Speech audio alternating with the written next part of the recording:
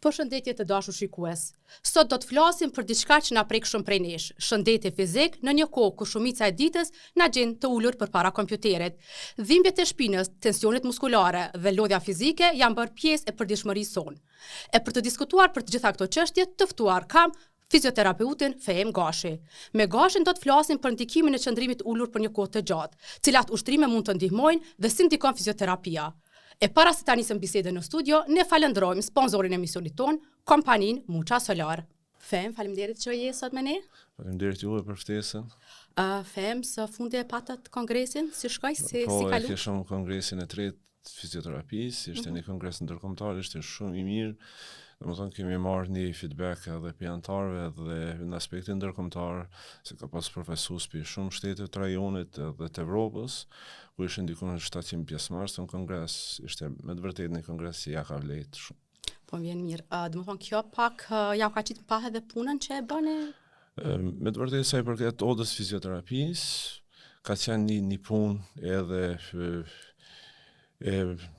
një punë një vjeçare, përgatitjes, domethënë se na kur kongreset e fizioterapisë kemi çdo 2 vjet, e kemi bën një standard që kemi çdo 2 vjet, domethënë kongresin e fizioterapisë, edhe është një pikë kongrese që me të vërtetë në aspektin fizioterapeutik gjithmonë folet për fizioterapinë me evidencë bazë, me fizioterapinë jo për një fizioterapi tradicionale apo diçka, kështu që me të vërtetë ka qenë edhe për anëtarët një kongres shumë i mirë edhe një provoj për ta jashtëzakonisht shumë e mirë. Fehem penisi me shumë prej nesh qëndrojmë shumë gjatë ulur. Domethënë jeta së fundit është bërë shumë dinamike, shumë stresuese. A mundesh më na tregu kur ka nevojë një person për fizioterapi? Po besim që me të vërtetë sot stili i jetës ka ndryshuar.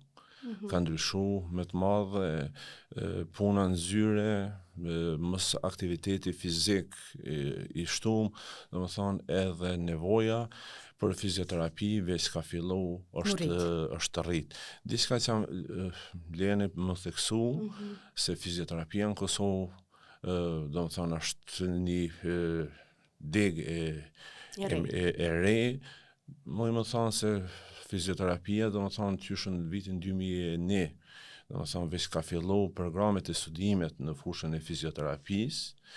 Kjo domethënë me vite ka avancu jashtëzakonisht shumë dhe nevoja për fizioterapi çdo ditë është duke u rrit, pse edhe stili i jetës ka ndryshuar. Domethënë sa i përket nevojës për fizioterapi, se kur kanë si mund ta di një person që ka nevojë për fizioterapi? Fizioterapia është një deg e mjekësisë, e cila domethënë ka qasje multidisciplinare, thujase në çdo patologjitë të tjera, domethënë apo profilet shëndetësore që merren me patologji të caktuara, thujase në të gjitha ato fizioterapia ka qasje. Varësisht problemit që ka persone, atëherë është edhe nevoja për fizioterapi. Qasja kur mund të jetë për fizioterapi? Mund të jetë, domethënë, në rastin e dhëmbje. Mund të jetë, domethënë, në rastin kur postoperativ, probleme postoperative, lëndimeve, traumave të ndryshme. Domethënë, ka qasje jashtëzakonisht shumë të madhe, domethënë, të gjitha profilet shëndetësore, domethënë. Si ndikon një fizioterapi në gjendjen e përgjithshme të organizmit? Sa i përket gjendjes përgjithshme një fizioterapi, fizioterapia ndihmon në rikuperimin, riaftësimin, eliminimin e dhëmbjeve. Domethënë edhe që është e fundit, domethënë, për në pikat shkurta me cek, domethënë, riaftësimi për aktivitet të përditshëm jetësor. Aja është, domethënë, thelbi kryesor i një fizioterapie të mirë. Se një fizioterapi nuk mund të quhet e suksesshme nëse një pacient nuk është riaftësu, nuk është rikthy për aktivitetet e përditshme jetësore. Domethënë, aja është thelbi kryesor në fizioterapi. E Fem, po më intereson një fizioterapi a ndikon edhe në reduktimin e stresit? Shumë është e vërtet se aktiviteti fizik ndikon shumë në përmirësimin e stresit. Janë ushtrime caktume, janë ushtrime të cilat ndihmojnë, po përmeni një për tyne janë ushtrimet e frymarrjes që ndikojnë jashtëzakonisht shumë mirë në përmirësimin edhe të stresit. Por, në përgjithësi është aktiviteti fizik, domethënë marrja me aktivitet fizik, e përmenëm më herët stilin e jetës, domethënë ndryshimi shumë i madh i stilit të jetës dhe mos qëndrimi i gjatë, mos aktiviteti fizik, domethënë e paraqesin edhe stresin. Edhe fizioterapia ndihmon jashtëzakonisht edhe në përmirësimin e stresit, por shumë e vërtetë se ndikon, domethënë ka edhe hulumtime shkencore që kanë pas, domethënë impakt, domethënë ushtrimet, kryesisht ushtrimet e frymarrjes në përmirësimin e stresit. Në rastet, po supozoj kur kemi ndonjë operacion ose ndonjë traumë dhe është e qartë që më pas nevojitet ndonjë tretman fizioterapeut. Megjithatë, a ka raste kur pavarësisht domethënë nuk ke probleme të caktuara, mirë, po janë disa elemente ose disa simptoma që na jep organizmi, e të cilat të tregojnë që duhet të kesh disa seanca të fizioterapisë? Po supozoj ndonjë dhimbje muskulare ko pas kohe ose gjëra të tilla. Po është shumë e vërtetë se neve domethënë alarmi i parë është dhembja. Alarmi i parë është dhembja, edhe dhembja domethënë shtyn edhe na uzon të mirë, qoftë mirë apo qoftë një fizioterapeut. Ndërsa sa i përket aspektit postoperativ apo trauma të ndryshme, fizioterapia ka qasje, domethënë qysh në ditën e parë, edhe janë planet varësisht patologjisë, varësisht nëse pezojmë ka një endoprotezë gjurit, ka zavendësu gjurin apo kërllokullën, domethënë fizioterapia nuk mund të futet asë në operacion, pacienti pa e marrë tretman fizioterapeutik paraprakisht. Edhe para intervenimit kirurgjikal, po qoftë edhe pas intervenimit kirurgjikal, është domethënë shumë e domosdoshme fizioterapia. Pse? Sukseset edhe të i avancum në për patologjitë ndryshme, në për problemet të ndryshme, pezojmë endoprotezën e gjurit, roli kryesor thash edhe më herët se është riaftësimi për kthim në aktivitetet e përditshme. Dhe suksesi është se sa më shpejt ai pacient më kthy në aktivitetet e përditshme jetësore dhe fizioterapia është e pazavendësueshme. Si e përcakton sa seanca ka nevojë një person? Varësisht gjendjes, varësisht çfarë është operu ose si funksionon kjo? Okej, kjo është një pyetje që me të vërtet shumë edhe pacientat mundën me keq kuptu, po dhe profesionistët të tjerë mundën me keq kuptu. Është përcaktimi i seanca është në varësi të patologjisë, varësi të problemit. Nuk është, domethënë se vetëm definitive vetëm me një seancë, por që është edhe më kryesore si mundën me cekë është edhe individuale. Domethënë se disa pacient mundën më pas një qasje shumë të shpejtë në përmirësimin e patologjisë, po në disa domethënë është merr një kohë pak më gjatë. Por efektet e para, ndoshta ajo është më e rëndësishme edhe për shikuesit edhe për vrehen, domethënë vrehen mas seancës straight. Mas seancës straight veç fillon përmirësimi edhe fillon që rikuperimi edhe është efekti është jashtëzakonisht shumë më i mirë, domethënë në patologjitë të caktuara. Por numër se më thon vetëm 10 seanca apo 5 seanca, domethënë nuk mundet asnjëherë më caktu, po në varësi të patologjisë, në varësi të problemit që ka pacienti, atëherë fizioterapeuti është i thirrur ai i cili domethënë ka një pasqyrë të përgjithshme, një pasqyrë domethënë të pacientit, edhe mundet më ju parafru seanca ose sa seanca i duan për patologji të caktuara, por nuk mundem të them se nevojiten vetëm 5 apo 3 seanca apo 2 seanca. Feme përmendëm si problem kohët e fundit qëndrimin e gjatë ulur, qëndrimin para kompjuterit dhe mos aktivitetet fizike. Shumë prej nesh ndonjëherë kur kemi probleme muskuj të shpinës, me një herë kemi frikë mos diçka me unaza. A mundesh me na tregu për shikuesit tanë dallimin mes dhimbjeve të muskujve të shpinës dhe problemeve që mund të jenë me unaza?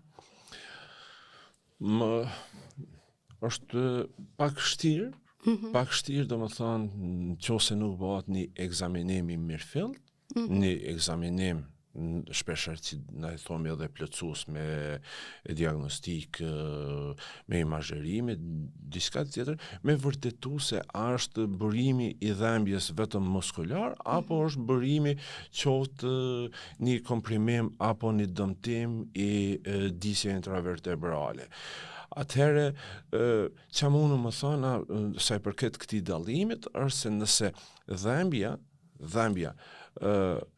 është muskulare, mundet më kanë dhembje e cila gjatë palpime, gjatë presioneve nëpër muskuj, domethënë aja e rrit intensitetin. Por nuk është e thënë që gjithmonë ka më kanë aja dhembje vetëm edhe më diagnostifiku muskulare. Pse? Si cili muskull ka një rrojë nervore apo një nerv apo që e merr një furnizim dika dhe jep impulse dhe ato përgjigje, domethënë ngacmime të jashtme, domethënë që e rrisin dhembjen.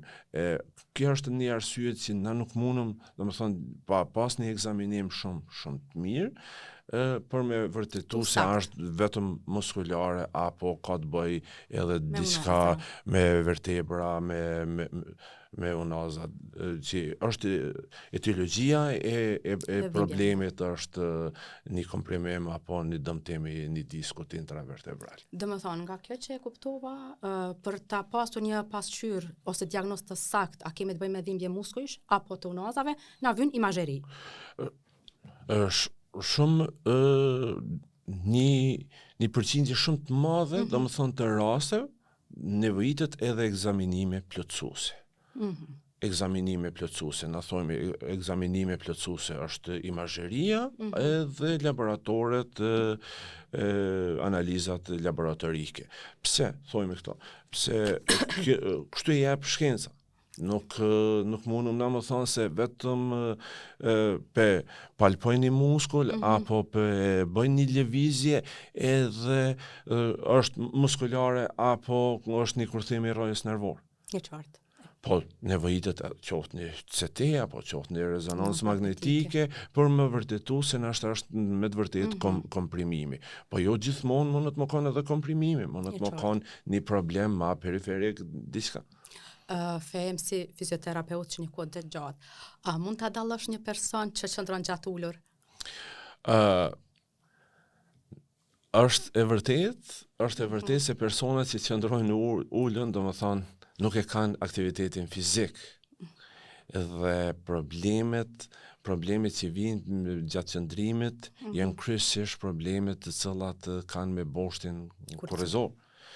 Problemet me boshtin kurrizor, qëndrimi gjatë ulën para kompjuterit, edhe postura fillon, domethënë, dhe ka tendencë për një keq posturë, edhe aja është njëna për arsye, domethënë se vinë deri te problemet që komplet me boshtin kurrizor. Me dallu gjatë ecjes është diçka pak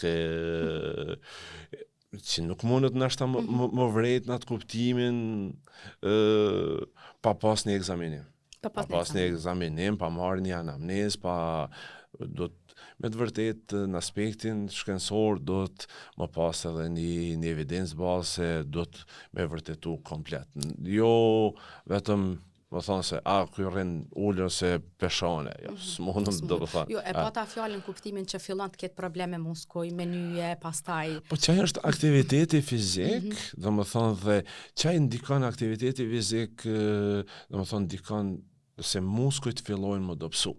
Dhe momentin që fillojnë muskujt më dobësu, nuk e kanë atë forcën, nuk e kanë atë qëndrueshmërinë, edhe është shumë e kuptueshme se muskujt, domethënë, pastaj kanë një çrregullim të lehtë apo në raste më të rënda, një çrregullim më të rëndë, domethënë, të posturës dhe nashta mundet diçka më vret, por me të vërtetë duhet edhe ekzaminime tjera për më vret. A ndikimi ndikimi domethënë i qëndrimit ulën është jashtëzakonisht shumë i keq, edhe Cilat janë pasojat kryesore fem? Po, Edhe mas çfarë periudhe fillon personi të ndjej, domethënë, apo supozoj pas 5 vjetë, 10 vjetë, shet që ke fillu me pas probleme me muskuj. po është problemet dhembjet. Dhembja kryesisht, qoftë dëmtime disjeve intravertebrale, qoftë qëndrimi jo i mirë i komplet trungut, atëherë ato janë probleme afatgjate të cilat vijnë si pasojë e qëndrimit të ulën, është diçka shumë që sot shumë pacienta kanë një simptomatologji tillë për shkak të qëndrimit para kompjuterit të zyre, me jo një aktivitet shumë të mirë. Ndikon kjo edhe në nyje, nervi sciatik? Po, nervi sciatik vjen si pasojë e komprimime, kurthime, të rrojve nervore, që vinë, apo presionit disjeve intravertebrale, ku e prishin atë strukturën e disjet intravertebrale, e hupin atë elasticitetin, për shkak, mos ushqyeshmërisë të mirë në disjet intravertebrale, dhe pastaj normal që mund të qoftë vetëm nervi sciatik, apo në qoftë edhe nerve tjera, nëse bëhet fjalë vetëm të ekstremitetet e poshtme. Po nuk janë vetëm ekstremitetet e poshtme, apo pjesa e poshtme e regionit lumbal, po është edhe pjesa e sipërme e vertebrave cervikale që qafës që mund realisht më ataku më për shkak qëndrimit, para kompjuterit apo qëndrimit në gjatë në karrik. Për këta persona që qëndrojnë gjatë ulur, çfarë mund të bëjnë në mënyrë që të paktën të minimizojnë dëmet nga qëndrimi gjatë? Një pyetje shumë i mirë, edhe roli i fizioterapisë është këshilldhës. Edhe njopi se çdo fizioterapeut do të më jap këshilla sa më shumë në aspektin e mirëmbajtjes të trupit edhe mirëmbajtjes, të fizikusit. Në rastin të personat që qëndrojnë kohë gjatë ulën, rekomandohet që dikon mas 60 minuta, mas një ore, më bë spaku disa zgjatje, apo më me bë disa hapa, edhe më pas disa lëvizje që mi ikë që ty në qëndrime të gjata, në karrikë. Besoj shumë e mirëseardhëse nëse rrin 60 minuta, një orë pavarësisht ulur, më 2-3 minuta spaku, 2-3 minuta, më bë disa hapa, edhe më lëviz qoftë edhe vetëm në zyra aty më bë disa lëvizje, është shumë e mirëseardhëse e mbron vetë organizmin edhe mbron për një dëmtimi në cili mund të marrët si pasojë qëndrime të gjata. Them çfarë ushtrimesh rekomandohen për forcimin e muskujve? Për forcimin e muskujve, fillimisht varësisht se çfarë dëmtimi është. Po na zakonisht fillojmë me ushtrimet izometrike. Ato janë ushtrimet izometrike, të cilat janë thelbësore, sa i përket përmirësimit të forcës muskulare, pastaj ushtrimet me rezistencë. Varësisht peshav, varësisht moshës, varësisht dëmtimi muskular, se sa është i dopt edhe i dopt muskuli, to e rrit gradualisht peshat në tansi. Feme, përmendëm pak më herët të rtharazi çështjen e hernisë diskale. A mundesh pak më na sqaruar çfarë është hernia diskale dhe cilat ushtrime mund të ndikojnë në përmirësimin e gjendjes? Hernia diskale, është një problem i diskut intravertebral. Thash edhe më herët. Disku intravertebral është një amortizator mes vertebrave. Dhe kryesisht ai përmban 70% diskut në aspektin anatomik, përmban është ujë për disku intravertebral. Dhe humbja e elasticitetit i tij qoftë për shkak smundje, qoftë për shkak dëmtimeve mekanike që traumat ndryshme mundën me shkaktu, ose rrshqitjes ti, po zakonisht rrshqitjet janë si pasojë një traumës që vjen, domethënë edhe ai është një pi probleme që mundet më shkaktu, domethënë prishjen e diskut intravertebral. Momentin që shkaktohet prishja e diskut intravertebral, domethënë ai atëherë bën kurthimin e rrojve nervore të cilat dalin në përgjatë boshtit korrizor. Dhe si pasojë e kurthimit të rrojve nervore, pastaj është dhembja e cila manifestohet qoftë në ekstremitetet e sipërme apo varësisht cillas ekstremitetet, por edhe në varësi se cila rrojë nervore është komprimuar. Në qartë. Domethënë kjo është disku sa i përket hernisë diskale. Hernia diskale zakonisht paraqiten te vertebrat që është me shpesht, sa i përket epidemiologjisë është në regionin lumbal. Pse edhe disqet janë më të mëdha, po edhe trupi i vertebrës edhe ngarkesa është më e madhe. Por ditët e sodit është edhe hernia cervikale, e cila është një anë prej probleme shumë të shpeshta, për shkak qëndrimit gjatë, edhe para kompjuterit, para telefonit, një pozitë jo i mirë e qafës, po bën prishjen e diskut vertebral. E kjo është diçka që është jashtëzakonisht shumë shqetësuese edhe në popullatën tonë. Diçka tjetër që du më theksu, sa i përket diskut intravertebral, vetë disku anatomikisht, vetë disku intravertebral, ai nuk ka në gjakut. Edhe ai merr domethënë furnizimin me anë të difuzionimit dhe perfuzionimit, domethënë. Dhe në disk intravertebral, ai duhet më pas lëvizje.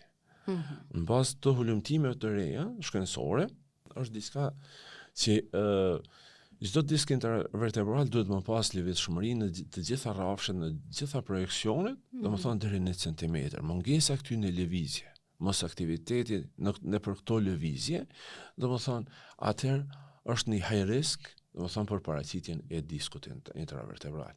E kjo është diçka që me të vërtetë është shqetësuese se lidhet drejt për drejt me aktivitetin fizik. Fejmë dhimbjet nga hernia diskale ishin jashtëzakonisht të mëdha, si bëhet trajtimi i hernisë? Trajtimi i hernisë ka protokolle të ndryshme, Në qartë. Ka metoda të ndryshme, sot fizioterapia edhe planet e rehabilitimit fizioterapeutik kanë një qasje jashtëzakonisht shumë të mira, përmirësojnë domethënë në masë të madhe, për me sqaru për shikuesit domethënë se kur është një prishje e diskut intravertebral, asnjëherë ai nuk mund të eliminohet. Nuk mund të eliminohet. Ai e hub elasticitetin. Unë më herët sqarova se në disk intravertebral përmbahet 70% ujë. Dhe ai disku intravertebral, domethënë momentin kur e ka takuar rrojën nervore, domethënë ka shkaktuar një proces inflamator. Ka shkaktuar domethënë një inflamacion dhe me anë të fizioterapisë fillimisht, domethënë sa i përket të trajtimit, do të që me metoda fizioterapeutike, qoftë me krioterapi, qoftë me një tens që i cili përdoret për me zvoglu dhembje, domethënë tentohet që me zvoglu procesin inflamator. Dhe krioterapia jashtëzakonisht si fazë akute është jashtëzakonisht shumë e mirë se ardhur. Ndihmon, domethënë, se shumë pacienta, kemi vendos diçka të nxehtë, kemi vendos, ajo vetëm ka mujt me përkesu situatën. Bëhet fjalë, domethënë, për patologjinë kur është në fazën akute, kur është një proces inflamator. Pastaj janë ushtrimet, cilat janë sipas një autorit McKenzie që zakonisht përdoren, që favorizojnë ekstensionet domethënë që më kriju pak hapësirë disje intravertebrale. Pastaj sot për sot kemi edhe traksionet, traksione, do më thonë që bëhet një tërheqje longitudinale për më kriju hapësirë intravertebrale, do më thonë më tentu më kriju, por edhe ato kanë shpesher rrezikët e veta kanë, do më thonë se mundën më shkaktu dhembje pak më të madhe, mundën më shkaktu diçka që me të vërtetë nashta nuk është e mirë për pacientin, nashta edhe efekti është i vogël. Por për shikuesit duhet me sqaru, besoj që se fizioterapia nuk mundet me largu diskun intravertebral. Është ndihmon në lehtësimin e dhimbjeve. Në lehtësimin e dhembjes, përmirësimin, do më thonë edhe lehtësimin e dhembjes, zhvillimin e dhembjes, por është aspekti kirurgjikal që largon diskun intravertebral. Kur rekomandohet një operacion po supozoj, si fizioterapeut, kur mendon që është momenti për operacion se ndryshës funksional? Sa i përket indikacionit se kur do të patjetër më vendos indikacioni për intervenim, na në fizioterapi kemi disa flamoj të kuq. Cilët janë ata flamoj të kuq? Janë flamoj të kuq kur, do më thonë, pacienti ka një dhembje ekstremt madhe. Do më thonë, një dhembje absolutisht nuk guxon pacienti më maltretu me fizioterapi, po do të më udhëzu pacienti, do të mjeku operator në këtë rast e neurokirurgi apo kirurgi spinal, do më thonë për me bo një trajtim sa më të mirë, do më thonë edhe sa më të hershëm që më pas efekte ansore dhe më pas dëmtime, sa më pak. Tjetër është, na thojmë ramja e nervit peroneal, do të thonë kur pacienti nuk mundet kamën me pas një lëvizje, do të thonë pse?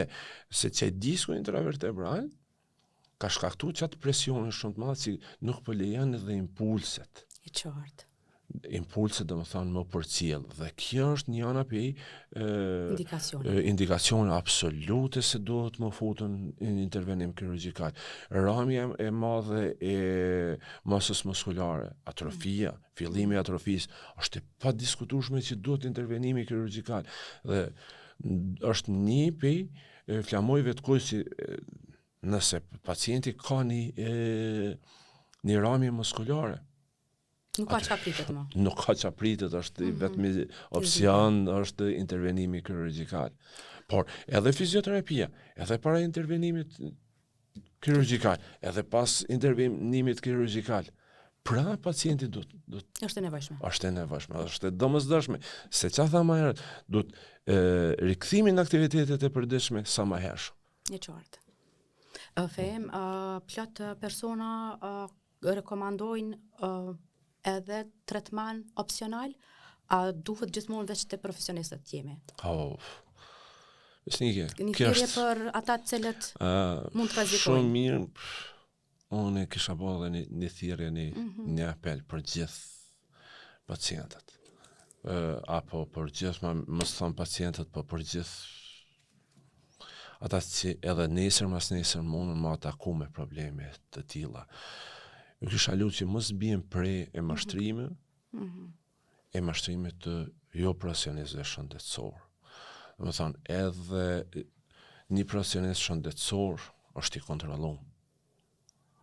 Qoftë pjodat profesionistëve, qoftë inspektoratit shëndetësor, qoftë Ministrisë Shëndetësisë, dhe ata japin një përgjegjësi, japin edhe e realizojnë një detyrë, një punë, duke zbatu kodin etik, duke zbatu standardet profesionale, praktikën me evidencë bazë.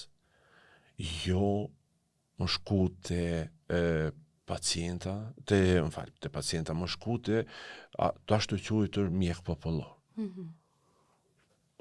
Unë me të vërtet nuk po muj më shprej, po shpesh herë nashta edhe një profesionist shëndetësor mundet mi ik një gabim, ose mundet mi ik diçka me gjithë ato njëri, me gjithë ato shkollime cilat ka përfundu, dhe mundet mi ik e le një person i tillë i cili nuk ka shkollim adekuat. As një shkollim adekuat, as shkollim të mesëm, as të lartë, as një specializim, do më thonë, një profili të caktuar. Dhe shkojnë unë nuk I kuptoj edhe vetë qytetar qysh Ka nguximin. Ka nguximin më shku edhe më ra prej e atyne mashtruese. Sot për sot, çdo profesionist shëndetësor, edhe derisa jam edhe kryetari I odës të fizioterapisë, na në odë fizioterapisë kemi listën publikume, për shembull për fizioterapeut. Edhe ka qasje se cili qytetar që me pa se është I licencuar një fizioterapeut apo nuk është I licencuar një fizioterapeut. A ka edhe shumë pa licencuar fem? Është një numër shumë I vogël I fizioterapeutëve, që më thonë ashta unë ngishta mi numru, po na kemi bë shpesher bëjmë ankesë në inspektoriatin shëndetësor, dërgojmë, po është një numër shumë I vogël që më thonë, Po me që thatë ka fizioterapeut mjaftueshëm të licencuar. Numri I fizioterapeutëve të licencuar është I mjaftueshëm, momentalisht është për popullatën që kemi, por një shqetësim tjetër, derisa jemi këty domethënë në këtë intervistë dhe kisha dashur me cek se është një alarm tjetër I cili domethënë se fizioterapeut janë të shku shumë në Bashkimin Evropian, jashtë vendit, edhe me të vërtet është një alarm edhe për institucionet, qoftë për Ministrinë e Arsimit, qoftë për Ministrinë e Shëndetësisë, edhe për odët, në këtë rast për odën e fizioterapisë, se me të vërtet janë të ikë shumë. Por me që thatë ka të mjaftueshëm aktualisht? Aktualisht ka të mjaftueshëm, edhe besoj se edhe janë të çdo ditë ka gjenerata të cilat janë të dalë, domethënë me studime, dhe unë nuk them se do të asnjëherë me frekuentu këta persona të cilët janë pa licencë ose që pa licencë apo nuk janë të fushës dhe thirrën në emën të mjekësisë alternative apo si mjek popullor.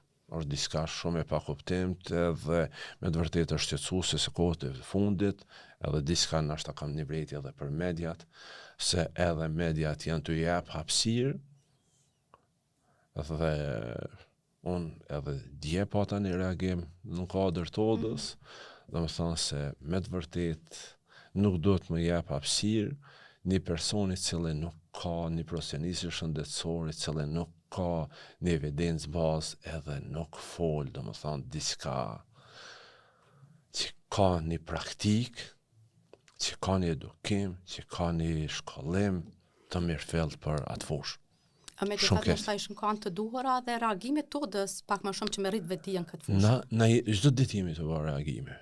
Çdo ditë jemi të bërë reagime, qoftë në inspektorat shëndetësor, qoftë reagime publike, qoftë njoftime, domethënë për me njoftu edhe pacientët e mundshëm që mundën më kanë, domethënë edhe më ra prej aty në po, me të vërtetë shpresoj se edhe inspektorati shëndetësor do të merr masa në këtë drejtim. Fejem jemi në fund të emisionit, mirë po dua t'i prek edhe një 2-3 pika të nervi sciatik. Kryesisht këta që qëndrojnë ulur fillojnë të kenë probleme, po dua të di shkurtazi cilat janë simptomet kryesore që na bëjnë me dije që kemi probleme me nervi sciatik. Dhëmbja për gjatë kamës. Dhëmbja për gjatë kamës, domethënë mundet dyshimi I parë është nervi sciatik. Për shkak se nervi sciatik shtrihet për gjatë kamës edhe ai është që me kuptu, ndoshta e thash në mënyrë pak më të lehtë për me kuptu edhe shikuesit. Si trajtohet? Trajtohet me ushtrime. Varësisht cillës fazë, varësisht domethënë cilën stad e kemi problemin. Them po flasim pak edhe për problemet me unazat të qafës. Cilat janë ato ushtrime, cilat edhe ndoshta në kushte shtëpiake ose para kompjuterit mund t'i bëjmë, e të cilat na lehtësojnë dhembjet. Okej, janë ushtrimet statike. Janë ushtrime statike, të cilat domethënë vetë pacienti, secili fizioterapeut I këshillon, domethënë që vetë qoftë me mjetin ndihmëse diçka apo qoftë me vendosje dorës në të gjitha rrafshet, qoftë me majt dorën në ballë, qoftë anash, domethënë qoftë mbrapa, domethënë më bë presione që me forcu me pas me rrit një forcim muskular, si më pas një rujtje muskulare edhe më smarë deri te dëmtimet edhe paraqitja e dhëmbjes. Fejmë personat cilat kanë problem me gjuhë. Kryesisht kanë dilemë a mund të bëjnë fizioterapi dhe a ndikon fizioterapia në përmirësimin, lehtësimin e dhimbjeve. Te problemet e gjurit, domethënë fizioterapia është jashtëzakonisht e pazavendësueshme. Pse po them e pazavendësueshme? Qoftë ato probleme traumatizmale, qoftë ato traumat. Fizioterapia do të qysh ditën e parë më pas qasje. I qartë. Pse po them ditën e parë? Qoftë për me rujt muskulaturën, qoftë për me zvoglu dhembjen, domethënë qoftë për me rrit forcën muskulare, domethënë fizioterapia do të patjetër. Edhe qysh ditën e parë, domethënë paraqitjes këto është fizioterapia zgjedhja shumë e mirë.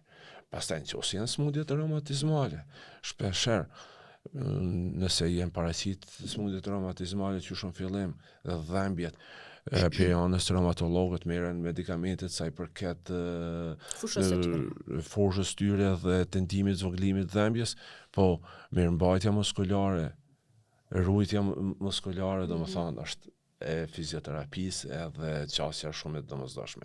Nëse ka probleme, domethënë natyrës traumatike, qoftë ndaj dëmtimi i ligamenteve apo meniskusit, varësisht shkallës se sa është i dëmtuar ligamenti apo meniskusi apo domethënë nevojitë ndërhyrje kirurgjikale apo nuk nevojitë ndërhyrje kirurgjikale, fizioterapia është qelësi i sukses. Them edhe pyetjen e fundit, devijimi i gishtit, a trajtohet me fizioterapi apo jo? Po patjetër se trajtohet me fizioterapi, varësisht shkallës dëmtimit. Shpeshherë, domethënë devijimet e gishtit nevojiten edhe ndërhyrje kirurgjikale. Por nëse një devijim i gishtit është më i vogël, atëherë me fizioterapi duhet me forcim muskular, duhet më tentu që me bën një korrigjim apo edhe qoftë edhe me një mjet i cili e ndihmon në qëndrimin e drejtë, një ortoze të ndryshme apo një diçka që mundet me ndiku në aspektin e përmirësimit, domethënë të qëndrimit. Them nëse keni diçka për fund tash tani? Jo, faleminderit edhe një herë, besoj se ishte një intervistë. Informata të rëndësishme për qytetarët. Po, patjetër. Fejm, faleminderit për kohën. Lutem. Të dashur shikues, ky është podcasti për sot. Ne para se ta përfundojmë, falenderojmë sponsorin e emisionit ton, kompaninë Mucha Solar. Mirëmbëjtje. Mucha Solar është pioner në Kosovë në sektorin e energjisë ripërtritshme, duke ofruar sisteme solare, fotovoltaike dhe termike me cilësi të lartë dhe shërbim të profesionalizuar që nga viti 2008. Me një ekip të specializuar dhe të certifikuar ndërkombëtarisht, ne garantojmë instalim dhe kujdes të përkushtuar për çdo projekt, për një planet më të pastër dhe më të qëndrueshëm. Zgjidhni Mucha Solar për çdo nevojë në fushën e energjisë solare. Mucha Solar, aktivisti i ambientit. Le të paguaj dielli për ju.